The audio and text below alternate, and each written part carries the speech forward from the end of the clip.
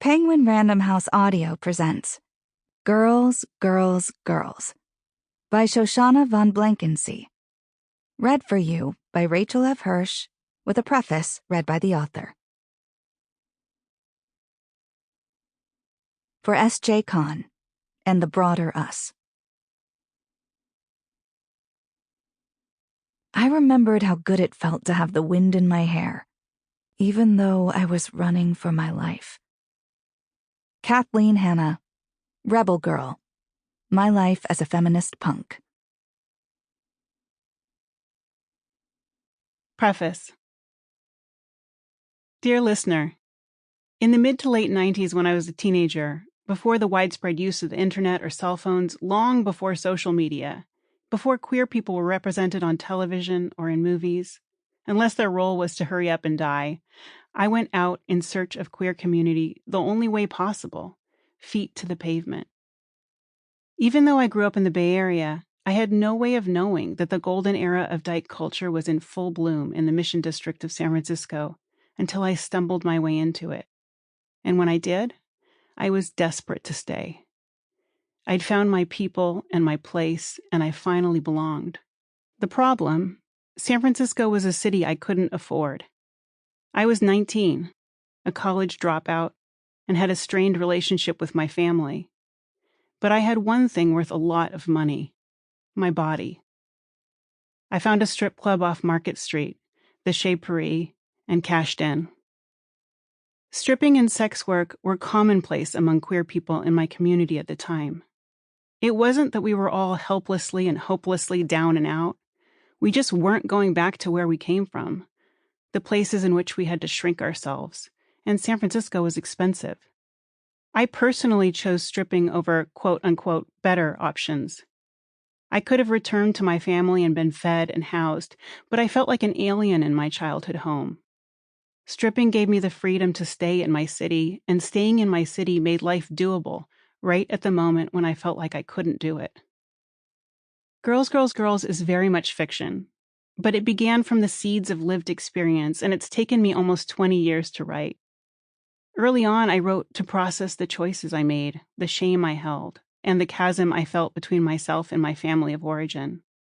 As the years went on, the book transformed into a love letter to my younger self, and a love letter to a lost time of San Francisco, the people and the places that raised me in my early years. I've written this book with an eye for accuracy of time, place, and culture. Every location mentioned in the book existed in San Francisco in 1996, and the language used reflects the limited language we had for our identities at the time. It's my hope that I can take your hand and pull you back with me, show you what it was like when there was nothing cool about being gay, show you the ways we found one another and wove ourselves into makeshift families. What I hope more than anything is to illustrate this. While we may have clung to each other out of necessity, the fruit of that necessity was a love and devotion uniquely, definingly queer. Shoshana. Author's note. This novel uses language authentic to queer culture in San Francisco in the mid-1990s. It's a time of gender rebellion and exploration that informed today's more roomy and nuanced understanding of gender identity. For this reason, you won't hear expansive pronoun use, or terms like non-binary, trans, masc, or gender fluid.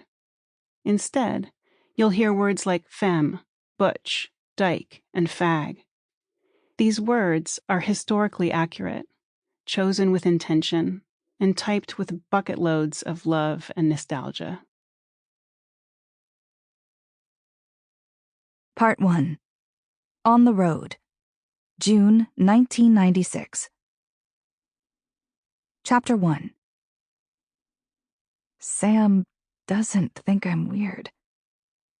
I know by the way she rolls toward me, by the way she reaches for me, her fingers tangling in my hair. In the damp of the van, she bites my neck and wraps a leg over my hip, her knee high on my ribs, the weight of her thigh rolling me onto my back. Our sleeping bags have shifted and the industrial carpet scrubs against my skin. The smell of the life it had before us souring the air. She finds my mouth with hers, right as the storm cracks, the rain pecking at the roof like gravel. I feel my heartbeat rise into my neck and ask, "What if a cop pulls up?" Sam doesn't say anything. She sinks me in her hair, still wet from our swim. Her warm breath, her dewy skin. She pushes her hips into me like, "Come on, why are you so scared? Do it." I slide my hand between her thighs. I want her more than I'm scared. We aren't in Long Beach anymore. I don't have to listen for the sound of footsteps in the hall. I don't have to double-check the twist lock on my bedroom door. Even though we left Long Beach early this morning, we've only made it to the swimming quarries on the outskirts of Stroudsburg, Pennsylvania. One of Sam's pockmarked cousins told us about this place. Described the graffiti on the turnout sign. Marked the spot on our map with an X. Sam led me by the hand. Out of the van and into the woods, through the buggy shade of the birch trees, until they stopped abruptly, dumping us into sun.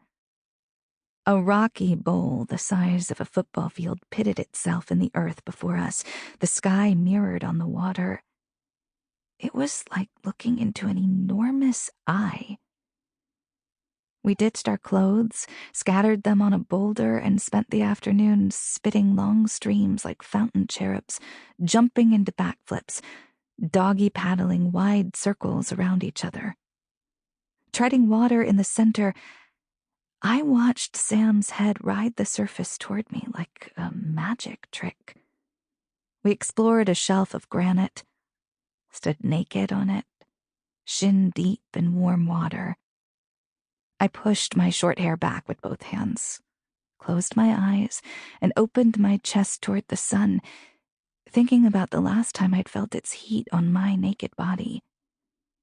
I was 4, maybe 5 years old, decorating the sukkah in the backyard with Bubby and my sister Rachel in preparation for Sukkot. My clothes were itchy and tight, so I'd wriggled out of them. It was late September, and my mother had objected through the kitchen window. "She'll get cold," she'd shouted, eyeing my dress and underwear discarded in the crabgrass. "No," Bubby said and shrugged. "So she'll get cold." A frown had settled on my mother's face before it migrated like a bird into my chest.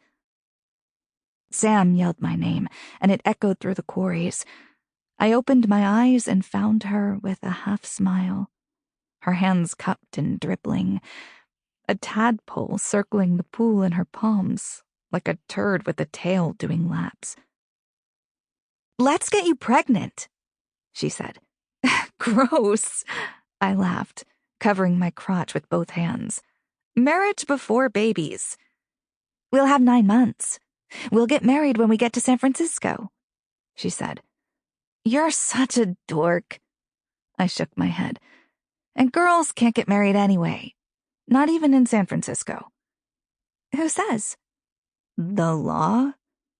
"Then we'll break the law," she said, grinning. I pushed her wet hair from her shoulders, leaned in and kissed her. She must have dropped her tadpole because her hands moved to my waist, her breasts and belly pressing into mine. Away from Long Beach, we could do this in daylight. We could swim back across the quarry when the clouds rolled in, make it to the van before the storm. We could find each other in the mess of sleeping bags and wet towels and empty coffee cups. She could pin me against the industrial carpet, and I could move inside her until she quaked in my hands, the sound of her free to rise now, free to lift in the hammering rain. Sam and I met on the first day of 8th grade when our science teacher, Mr. Jeter, plucked her from a group of chatty girls and punished her with a seat between April and me. April had crossed her arms over her chest and shot me a smirk that drew a circle around the two of us. A signal that we Sample complete. Ready to continue?